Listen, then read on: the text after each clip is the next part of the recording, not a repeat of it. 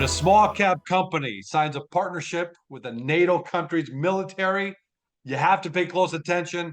And that's what happened today. HPQ's France subsidiary is partnered with the French Army to develop high capacity silicon based batteries. And here to talk about it is our good friend, Bernard Tudillon. Bernard, before anything, Happy New Year, my man. Happy 2025. Happy New Year to you, and Happy New Year to all the listeners. Happy New Year to all the shareholders. That's exactly right. And new prospective shareholders. And by the way, I got some big questions on WhatsApp today as soon as this news came out. So we know there are new people are going to be watching this one. But before we start, what is your prediction for 2025? And I'm obviously saying that tongue in cheek, but what's the prediction for HPQ Silicon in 2025? I'm very optimistic that 2025 is going to be our year, and because of all the uh, all the projects we're working on, they all seem to be moving in the right direction. And I do believe 2025 is going to be a very interesting year for HPQ, where we're going to be delivering on multiple of our verticalities that we've been working on. All right. Love it. And I'm glad we're having this conversation after the new year because you didn't disturb me on my Christmas vacation in London. And that was great. I was hiding from you. I didn't even believe you. You sent me pictures from London. I says, no, those are AI pictures. You're somewhere in the south hiding. You don't want me to bother you, at the beach. So it's like, I didn't believe you. That was funny because when I replied to you, I sent to you from Piccadilly Circus, and then you replied, "Oh, that looks like AI." And I just responded, "No, I'm actually in Piccadilly Circus. I didn't realize you thought I faked it. I thought you meant the picture was so good it No, looked like I AI. So that was it's actually fun. it's like it's But thanks for, and by the way, thanks for not disturbing me. But let's get to the news because everyone is on vacation, so this is the time to talk about it. I gave the headline, so I'm going to start Mhm, off with my customary first question when you have big news like this. mhm. How big is this? What does this mean to HPQ to get this kind of partnership? Obviously, it's with Novacium, your French subsidiary, but essentially that's HPQ. How big is this, my man? Massive. And I'll say why it's massive. It's funny because I've issued a lot of press release lately, and as you say, the phone runs off the hook. But now I'm getting more and more people telling me, well, for the stock should have run more on this size news because it's massive. But I understand it's going to take a little bit of time for people to understand why is it so massive. It's one of the issues that we're having with our silicon for battery type of material. Okay, is that just like in the fumed silica, which seemed too good to be true, these results are so powerful, so out there, okay, that people are saying, is that true? Too good to be true. Now, too good to be true. Now, having a an entity like the French military saying, wait a minute, if your battery work, you remember, we issued a press release and I showed the 33% improvement if we used our batteries into these issues. Okay, well, that didn't come out of nowhere. It's basically we got approached by them when we got a result and says, wait a minute, we want to see really what you guys can do and what those batteries can do for us, because the soldier of the future is going to be a walking battery. Okay, so whenever you can reduce the weight and improve the operational efficiency, okay, it's very, very important in the military. As the contracts are massive. I will take a look at, and I'll tell investors about, the other company that reached a record. It was Nanograph, if I remember correctly, before us. Well, after the preliminary type of results, they got financed by the U.S. military, okay, to build a plan Wow. to build those type of batteries for their operation. Okay, this is how big this could be. This is why I said in my quote, and we're probably going to bring it back. This is a start of commercialization. Okay, it's funny you didn't mention it. You usually mention No, third I party, haven't highlighted third, because I was gonna bring it out, but you obviously kind of but stole my thunder. But you said the strategic collaboration with STAT marks an important first step towards the commercialization of our silicon-based anode materials. I was going to use that, but you stole my thunder. But no, go ahead. Let's talk the about the other, commercialization. What this means here. well, the other point you have to understand, George, is it, and you're the one that always brings that up. Okay, third party validation. Well, the French military is part of NATO, part of all the militaries. So whatever we're doing there, okay, people are going to understand those results. When we're going to have those results, and I go to Ottawa, the Department of National Defense, and I show them, listen, this is what our battery is going to do. They're gonna take the results from the French government, okay, from the French military, because they know who the stat is. You know, there's exchange. So it is massive third-party validation that the potential of our batteries, which we are doing at commercial size, we're not doing half size, half tones. We've done a commercial size, okay, has real life application that can come into it. So it's the start of commercialization. It's not yet one that there's a contract signed, but on the road to that contract, there has to be a first step, and that's the first step. Yeah, and remember, they came to us, we didn't go to them. Now, we do by have the way, did they come to you because you'd already announced on the hydrogen side some initiative with the French? So I thought maybe this just came through that. I mean, they're already talking about Well, hydrogen. Did it come you through have that, or is this almost like a separate track that came to you? sort of a mix of a separate track. You have to understand that in any big organization, okay, the group looking at operational hydrogen on the field is one group, okay?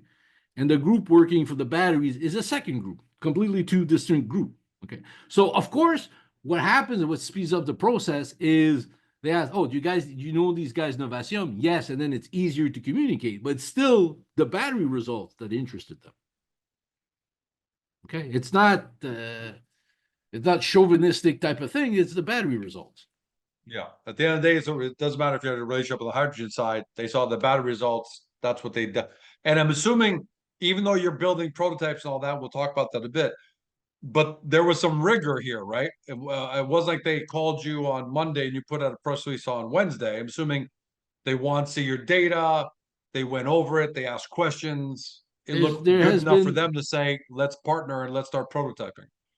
okay. Is there's one thing I've learned. I try to keep what we're doing, a lot of it under submarine, basically quiet, until we reach a maximum point. There were probably 2-3 meetings between our guys, and I know that before we issued the press release, there was even communication and telephone conversation between the two teams. So actually, it's one of the parties said, it's much more than just the batteries that we're testing right now for the communication device. And the guy said, remember, a soldier of the future is going to make with night vision goggles, requires batteries. Drones are going to require batteries. And There's so much stuff we don't even know what they have anymore. So how are you able to tell us maybe when these conversations, not that's super critical, but it's more like just a fun fact, but also tells us, when people start paying attention. When did the conversations first begin?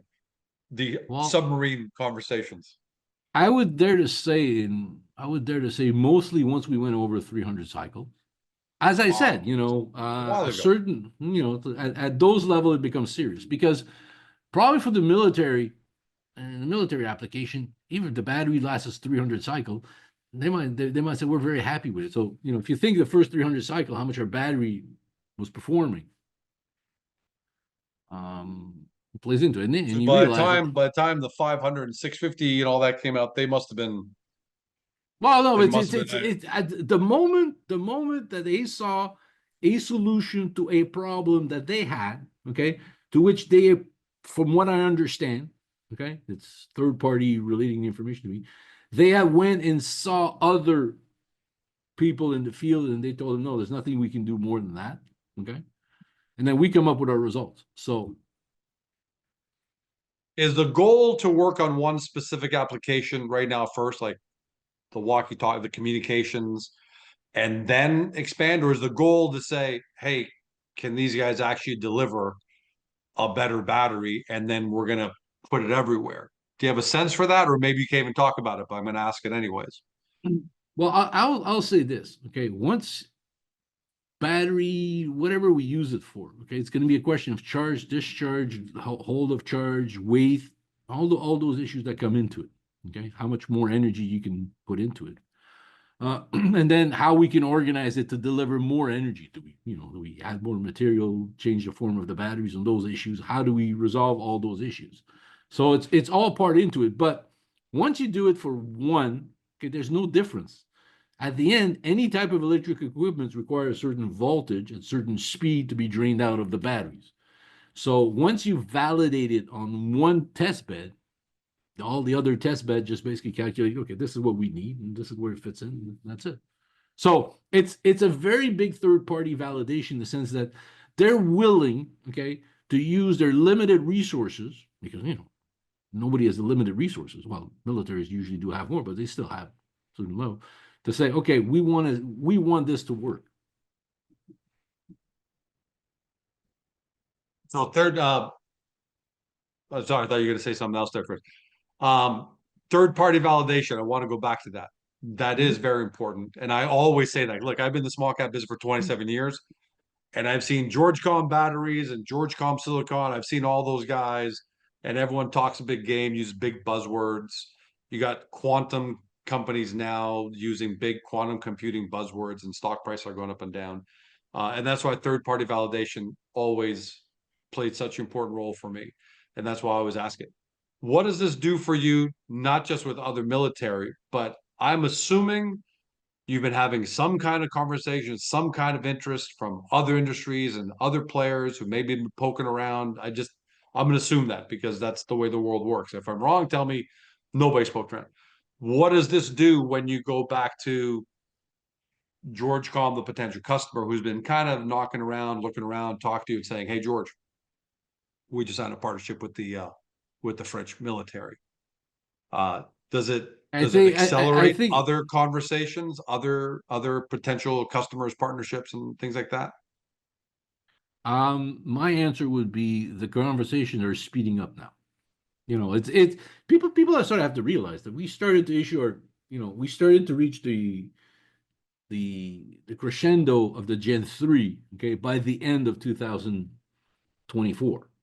Okay. In the last in the last period from October on, we started to get those results over 300 to 650 tests. Okay. So it's sort of normal that, at that period of time, people are not moving that much into those issues and those things. But now I can see a speed up, a regain of application. And now having this type of validation where people are saying, wait a minute, this could really become a game changer type of batteries will be very, very interesting. And so I've been getting more emails, communication, requests for information. And my business development team in Europe has actually been invited to go have some conversation with one of the biggest gigafactories in Europe. Well, that's a little tidbit to add on at the very end of all that. But it's part of our business to go meet these people, and then that you start a conversation. They read the press release, they find it interesting. They want to start kicking the tires, and having a conversation. Then you get the NDA signed, and then the technical people start talking, and then this leads to probably a request for samples. It's just normal Can progression.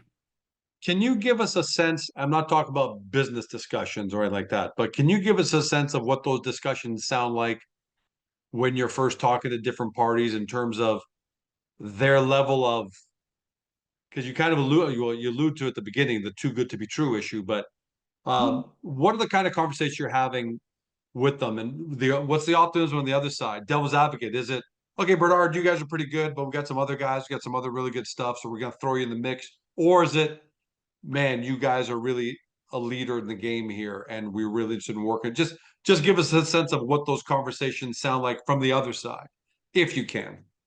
Well, the only thing I can say is usually they're poker face, so they don't really want to tell us. And depending which type of group, and then Makes sense. second, they're gonna do a bit like some people do on social media and come up and, well, this great battery, announces that they're 1,000 times better. This one is in. They'll come up with those issues, and we tell them, listen, has anybody else published 650 battery results? Has anybody given that level of information? Yes. Okay. Are they using CVD type of process to make their battery material? Yes. Okay. They're cost wise and that they won't be competitive. So we go through the process. Listen, in the last 2 months, I've been getting so many so many investment bank approaching me not to invest in HPQ, but to try to say, oh, listen, we have this great, battery manufacturing company that has these great results. Do you want to buy it? We're closing it. Do you want to buy it, buy a patent? Then basically we take a quick look at the patent because it's no interest, no real interest in But it. it tells, I guess, okay, that's a big deal. It tells everyone who's watching you right now and listening to you right Mm. now that the world is definitely tuned in to what you're doing. Because even if you're Yeah. getting those kind of calls that go nowhere, well, on the investment banking side, it means people are paying attention. So the ultimate test is going to be though, the ultimate test is going to be prototyping with the French military and then the testing that goes with that. So But it's because not that that's really going complicated. to be It's when. it's not it's not really that complicated. We just got to do a casing, which because people have to understand that in the lingo of the industry, what we call a battery, an 18650 batteries, is called a cell. Okay. And when you have like the old telephones and those issues, you go take a look at the batteries. You go take a look at the batteries in the back. You got these two things. So those are basically two cells put together. So in the lingo of the industry, the only thing we're going to be doing, all of this later. The only thing we're going to be doing, but the only thing we're doing is we're putting multiple, like I've shown in that picture. Maybe we should take that out and show. Anyway, when we show, we only replace 18650 batteries that are already in die, okay, and we put them together, connect them to make sure they all work, and then you have 4 or 6 batteries working together, and you get the combined energy, which is what you're looking for is energy. So fundamentally, if your Gen 3 batteries deliver XYZ results, there is no, how can I say, the end result is pretty well known where we're going to end up getting. So we're going to start doing probably new batches of 30, 40 batteries to do these type of things and then just get it moving. But we know how to build those batteries and to do. We know where to have the prototypes done, and we know what would be required for us if we needed to build them or who to partner with to have them built. So it's like this. So it's pretty straightforward. We just have to replicate what we've done so far. So okay, well I mean that's awesome. You have that level of confidence, and it's great because you've done it to this far. So you're not worried at all. So you're not worried at all about the prototyping and then the testing phase. Give us a sense for what that timeline looks like. So Well, you got to start prototyping, and then you're going to deliver the prototype, and then they're obviously going to go through their testing. Now it's military, right? Are they going to do the testing in a month? Are they going to take a year because they're military and they have to be super redundant and tested 10 different times for liability reasons? Do you have a sense for what that timeline looks like in terms of prototyping and then testing on their side?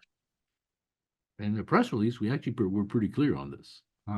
We stated that the first prototype are currently in production, okay, and will feature Novacium's Gen 3 cells or maybe potentially Gen 4 cells, okay, and delivery to the stat is expected by the end of the first quarter, followed by in-depth Correct. testing. So it's not going to be it's Yeah, not that's the X factor right there because yeah, we saw that first quarter, but then once it's in their hands, that's the X factor, which is but remember have they given you a they have sense an for would it be they have an operational need for this. Okay. They understand the lead time that are bringing up those issues. So they're not going to waste a year of testing. Okay. If the concept works, the material works, at the end, they might end up saying, okay, you guys going to license this technology to this group that's going to build the batteries. Who cares? We'll start getting revenues out of those issues, the key part is the entire business strategy for the battery side is advancing, and this is just one side. And it's just the French military. Multiply all the militaries of the world. Multiplies all the drones of the world. The number of batteries going to be required to operate this. have you had that conversation with them in terms of because I know I do when I'm talking business to people, I say, hey guys, I can deliver this and this and this. What's it going to look like at the end? Because I don't manufacture batteries. So do you guys have a manufacturer? Do I have to go find a manufacturer? Do you have a sense of what that will look like? Because it sounds like this is pretty routine here, these steps. And by the way, when I used a year, I didn't think it was going to take a year, but I just wanted to ask the question. It's going to be a Yeah. week or a year. But I'm assuming you may have already had that discussion because the last thing you want to do is go through all this either they asked you or you made them aware, say, hey, we're not a manufacturer. If you guys suddenly No, put a they an are order in they're for a full. gazillion of these, we can't manufacture them. Do you have a preferred manufacturer, and can you smooth out that relationship? Have you had those conversations with them to kind of prepare for that? We'll probably have some preliminary conversation on that, but that's not really a big issue because that basically means at one point you have an offtake agreement. You have somebody saying, we're willing to buy you XYZ amount of batteries, and we know the cost of building the plant to make the material. We know how much material we need. This is why, remember, we signed also with a company in Germany to looking at building plants. All this, see, all of this small steps that may look not connected have some types of connection into it. Because, although the French military is probably number two in Europe, number one's the German military. So is that why that German? When you put that out, I think a lot of us probably assumed that's a chess piece being moved for a reason. You weren't Mhm. just doing this. So at that time, now we can ask you, was that why that German partnership? I can't remember what the exact term was, but why that German relationship was sprung because on the, you're almost preparing for mass production and taking steps to kind of secure something, or was that a chess piece being used for another reason that you can't divulge yet? But it would sound like maybe this would be a good reason for you preparing in advance. Well, if you go back to the press release where we announced to talk about that company, we were talking about the potential size of the requirement for anode material with silicone into it, which were massive. Okay. And that is just based on gigafactories being built. That does not even take in consideration what could be the military or not militaries and those type of applications. So was it planned? No, but we knew that it could eventually fit in to the discussion. Or it could also fit in we'll end up having a discussion with another French group that is not doing what we're doing, but could be interested in doing all the batteries. So there's a lot of those conversations coming along. We're reaching a point where this is why I say 2025 is going to be an interesting year, because we're reaching a point where we're going to start growing probably like sort of like exponentially. Okay. In the sense that, we're going to have some of our lines moving forward, reaching, massive step forward, and we're going to keep pushing on it. Well, when I got that phone call today from a group, Mm-hmm. it was a WhatsApp message actually, and then led to a phone call. I went to your deck and just, took a snapshot of that one Mm-hmm. page, kind of that executive summary of the Mm-hmm. four different pillars. And each one of those was commercialization 2025, 2025, 2025, 2025. So are you this got to be a great way for you to start off the year. It is a great way to start off the year. It's a great way to continue on building what we did in 2024. Okay. So 2000, I think really 2024 has been a year of transition. I think we said that in the last interview, and I don't think people have realized is that we've moved away from being just a pyrogenesis marketing tool of their few of their technologies, okay, to being our own generators of technologies that can use some of the projects, the technology we bought from pyrogenesis and moving it forward. But these are independent things. This is Novacium leading the pack. This is why the Novacium deal is very important. This is why Novacium is very important for the growth of HPQ, because that's where our future project lines are coming into it. While we mature with other project lines, these ones are going to be coming forward. So Well, these are the silicon basement, the silicon advanced silicon materials for the anodes. This is the big market. This is the monster market at the end of the day. Mhm. These are the company makers. By the way, you we have we acquired. have we have more than one company maker in HPQ. That might actually be one of our issues because we have so many of them that people maybe just focus on one and not look the other one, look at everything. That's something we'll have to take a look and see how we can, And I got to increase the tell you, value. when I was talking to the group earlier, and we are going through that slide, and we are kind of talking about each vertical, because we didn't do too deep of a dive, but good enough a dive. I started thinking to myself, and then we're just having off the cuff conversation, and I'll mention it. You might not want to talk about it, so feel free to answer obviously any way you want. But I just looked at that and said, this company sooner or later is going to have to, for lack of a better term, break up or divert, because some of these are, the hydrogen's totally separate, the fumed silica is totally separate. Then you got the silicon anode applications. It's almost like you got four legs where you got, and the QRR. But it seems like eventually, have you start thinking about that you may have, in order to unlock value, you create a different company out of each. Is that We're something are that we're you've thought about? we're already structured for that. Okay, we're already structured for that. If you look at the fume silica is in the HPQ Silica Pulveris, which is an independent company, so it's perfectly designed for that. We used to have nano material, which that one at lab scale didn't work, and we decided to move on. Which even though I know that a lot of people like to bring that back up and say, "Oh, they failed at this," we didn't fail. We knew that the technology couldn't work in the battery side, and we were proven right by our results that we're having now in the French military. So anybody that brings up the nano reactor can basically, go take a hike and just go, look at where we are. But if we hadn't done that process, we wouldn't know exactly what we need to do for the batteries, which we're doing now. So I think I distracted myself and I lost where we were going on that conversation. Well, we're going with, at some point, have you been thinking about Yes, breaking up the yes, company in order to unlock value? You just have yes, yes, three yes. different companies, because it's hard. I've seen companies like this before, and it's hard to get full value when you've got Mhm. different but very successful pillars inside of them. So, Well, you have to realize what is the strategy. You sort of have a twofold strategy, okay? And you have to be realistic, okay? When you do R&D type of work that we're doing, okay, assuming that you will have 100%, batting average is completely ridiculous. In our case right now, we're incredibly lucky that we have a very great batting average with those issues.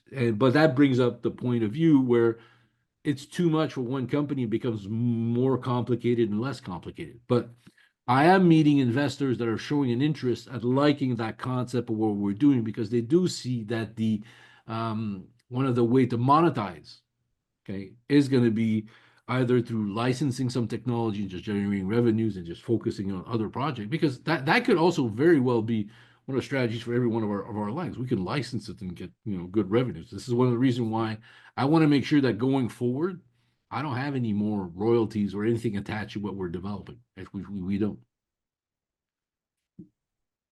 and speaking of, you Mhm. acquired the patent, the Mhm. IP, and all that. Is that an important sign of confidence that you've taken that step? That you're saying, Oh, of okay, we're going course. to Yeah, yeah, acquire yeah. this now because, and we're going to look, you're paying $260,000 or something like that, Mhm. which is not chump change. I know it's not a big amount, but it's not chump change either. Um, does that signal? So should we be reading that as a signal that that's how confident you are now in the path of the silicon anode side, silicon anode materials? You will have more sign in the future that why I'm so confident on this. But one of the key point is one of this concept is because this is done by in France and was filed in France. We had a legal obligation to remove this final burden and remove. What's really key, and I think people should understand, is that the inventors, okay, have accepted to be paid in shares of HPQ. So that basically puts them even more Right. motivated to keep delivering good material, good results, and keeping the projects moving forward. So I would take solace in this, and people are saying that 260,000 it's funny. Like you put 260,000, some people say it's a lot, some people say, oh, it's nothing. No, it's the right amount to pay at this moment for this project. The other thing it does is it clarifies the situation in regard to this patent. Okay, this is 100% HPQ patent to make the materials for the batteries, for the SiOX, and those type of issues for advanced silicone material for the batteries. So, and when I'm having discussion with the Quebec government about potential financing of doing these type of things, that was one of the key points. You have a patent, you have a pathway to a patent. So when I'm having all those type of discussion with investors, the first thing they want to do is they want to know is what's your patent situation? I think I'm, yeah, I don't know if it, but I'm in the middle of a DD with some groups, and one of the first thing they asked me to do is just can you please explain to me your patent strategy? So I had to write a, 10-page memo clearly defining all the information. Most of the information has already been there if you look at our AIF and those issues, but people don't want to read 20 material to make up their idea, so you have to make a one-page document, well, a multiple page document to recuperate that. So in HPQ right now, it's the patent, the potential of the patent, and the potential of the technologies for us to generate revenues. And that's how we're going to get ways of monetizing those investments. And, monetizing may come much sooner than for us selling our first material, because at one point, just take an example of this. Okay. Well, if our batteries is much better and, the US military has financed one plant, then, well, there's no difficulty really for them to change to use our materials into it. I'm just speculating here. But there can also be European plants, that want to build those issues. So The Greek army. the, I'll reach out to the Greek army. What are you laughing about? It's a huge market. I think yes, we but got like a few the way hundred you do the way soldiers. you said it like caught me off guard. The Greek, it took me two times to realize you were saying this. Well, I'll just go on the other extreme of the U.S. Mhm. military, but yeah, I'm sure that's all on the table now. Uh, I'm going to ask you two, one quick question I want to ask you, and then you want me to bring us something up about one of your goals in 2025. One quick question, and just quick answer, because I'm sure people are going to be thinking it. Uh, Pyrogenesis had said that fume silica should be up and running here in January. How we looking? And just a short answer. I'm not asking you to go into an in-depth. How's that all looking? Look good. All right. Like, is that Part short two. enough? Is that short Well, enough? listen, I knew you couldn't go long. I'm assuming because it's Mhm. it's a Pyrogenesis court now, but you're feeling good about it.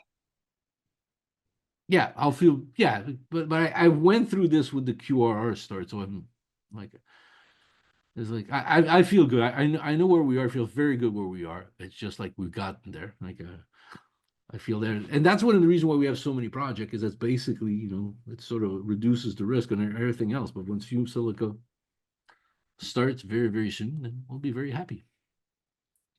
And the second thing I want to talk about is you actually said so. You saw our announcement. We kind of posted a little teaser in the HPQ forum about Agoracom Mhm.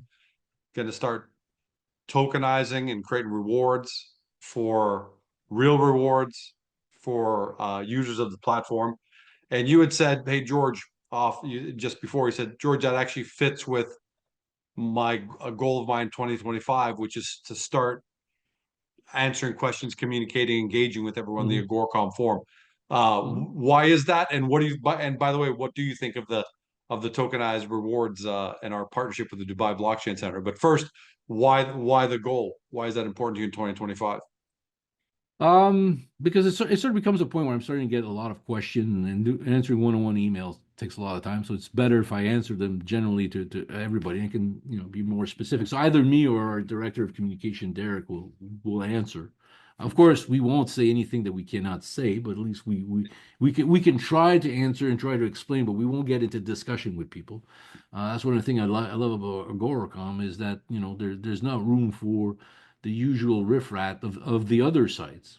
But you have to understand that it's part of their business model of the other sites. Because let's be realistic.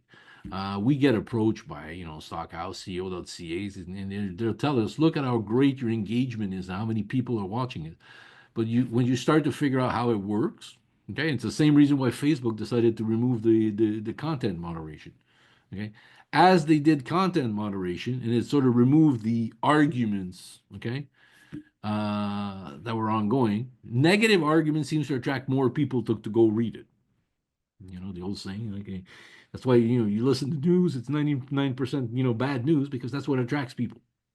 So that's the concept. That's how they attract people. Then they come and tell you, says, "Come look at how much engagement you have." What type of engagement? There's no quality of engagement. So I prefer to have less quantity but more quality in the engagement. Okay.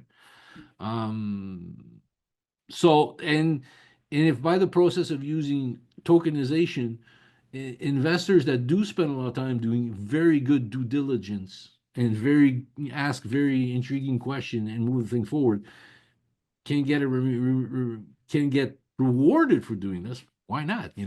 Basically, that's why Aeroplan exists and all those type of credit cards. It's the best way. I've always said to people, you attract more people with honey than with vinegar. Yeah, and look, you know where I stand on this. Quality over quantity wins every single time, Mhm.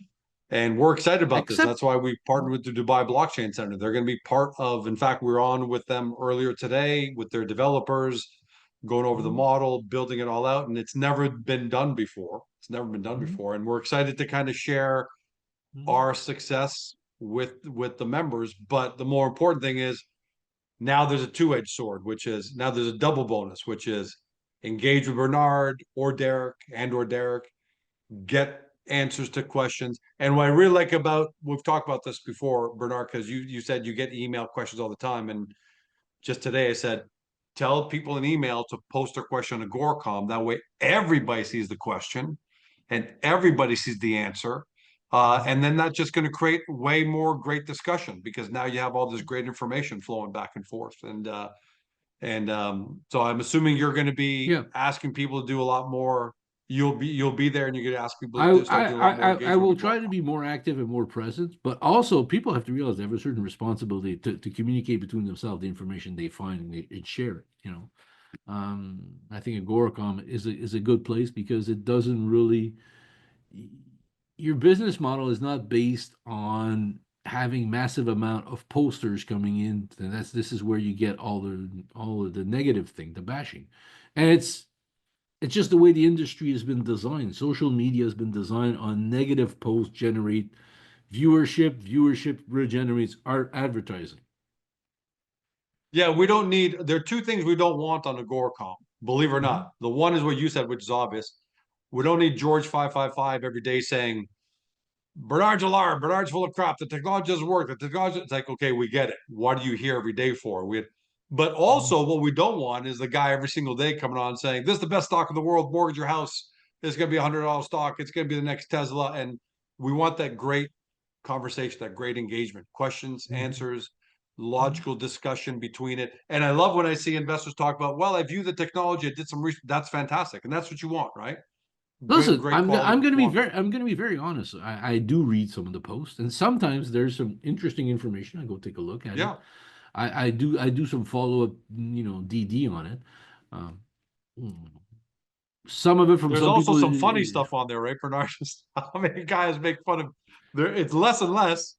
It used to be we were accused of George Bernard looked like they're doing this from a garage. Remember those days? But there is some We're still comedy doing in it there from a too. garage. Even the guys that criticize me, I got to tell you, sometimes it just makes me Yeah. laugh out loud. I'll be on my couch, I'll laugh out loud. My wife say, "Or what are you laughing?" I go, "Look what this guy just." Anyway, the key point for people to understand is that we're entering a new age of communication where communication is done differently. It was funny because after the Trump win, okay, my director of communication, for all due reason, probably not a big Trump fan, basically said Trump was a genius at communicating in the new way of the future. So we have to think about how we're going to do that communication of before. How do we create the engagement? How to rethink it. And I think this is a good way. We've created a good level of understanding when people come and watch our videos. And I think in 2025, we're going to have to step it up a few notches, and we're going to be working on that. Well, I'll tell you this, and it seems like you're one of the guys that's really coming around to it. I've been telling CEOs will say, we need to find influencers. We need to find influencers. And I keep saying, you're the key influencer. Yes, other guys would be great too, but you are the influencer. And Elon Musk proved that with Tesla. Forget the guy's name from T-Mobile. He was another Mhm. big one. The guys, the CEOs are out there talking, taking the hit sometimes, responding to criticism. But the great thing about Mhm. Agoracom is we're not going to allow that constant punching, that ridiculousness. But when there's a Mhm. legitimate question, Bernard, like if somebody listen, I want everyone to know this. If someone comes on and says, hey, you drop back then. Hey, you dropped the nano technology. I'm upset by that, and explain it. We're gonna let that person ask that question, and you're gonna need to answer it because it's legit. But Mhm. what we're not going to do is allow the constant ridiculous stuff, but we do want to see the great stuff, the great communication. People ask you questions, good question about the tech, question about the partnership. How are you going to do sales and marketing? I think those are great questions. When you can answer them, you answer them. And that's going to be the way of the future. So you are the influencer, and then there'll be other influencers. And I'm excited about what we're doing because it's never been done before. And I Mhm. hope all the investors watching, go pick up on that. Go read the press release because we linked to it with the Dubai Blockchain Center. This is going to be a game changer. Elon Musk did it first, but we thought about it before him, right? With the content creation rewards that he's got. We thought about it before. We just needed the right partner to help implement it. Now we got probably the best partner in the world to do it.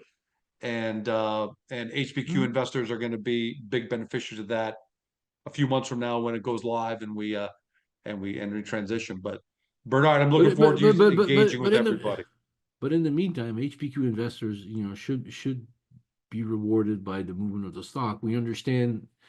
See, it's funny. I had a long conversation with my director of communication, Derek, and what's interesting is as we've seen all the sales pitch coming along from all those IR, from all these new group, all of those video type of situation, we suddenly realized that what we've accomplished, okay, with a small team, they're amazing, and there's no magic to what they're doing. What we have to do is good, honest communication, and present ourselves and says this is where we're going. Now, I understand that the problem in running a publicly traded company is that the share price sometimes is seen as the ultimate barometers of what goes going on. It is not.